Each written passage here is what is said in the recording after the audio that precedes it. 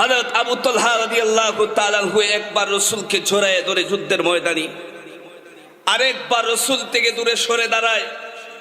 নবীজি জিজ্ঞাসা করলেন, রে আবু তালহা, তুমি একবার আমি রাসূলকে জড়িয়ে ধরো, আরেকবার আমি রাসূল থেকে সামান্য একটু গ্যাপ তৈরি করো, কারণ কি?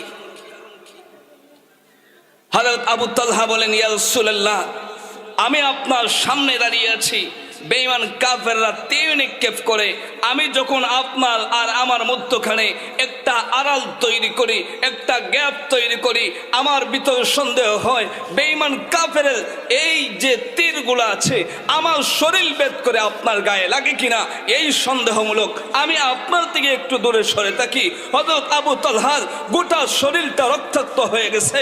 আবু তালহা এক পর্যায়ে শাহাদত বরণ করেছে। শাহাদতের পরে তার শরীরে দেখা যায় 80টার ঊর্ধ্বে তীরের আঘাত হযরত আবু তালহা সহ্য করেছেন। এরপরও রাসূল করিম সাল্লাল্লাহু আলাইহি ওয়াসাল্লামের উপর আঘাত আসবে একটা মুহূর্তের জন্য বরদাস্ত করেন নাই।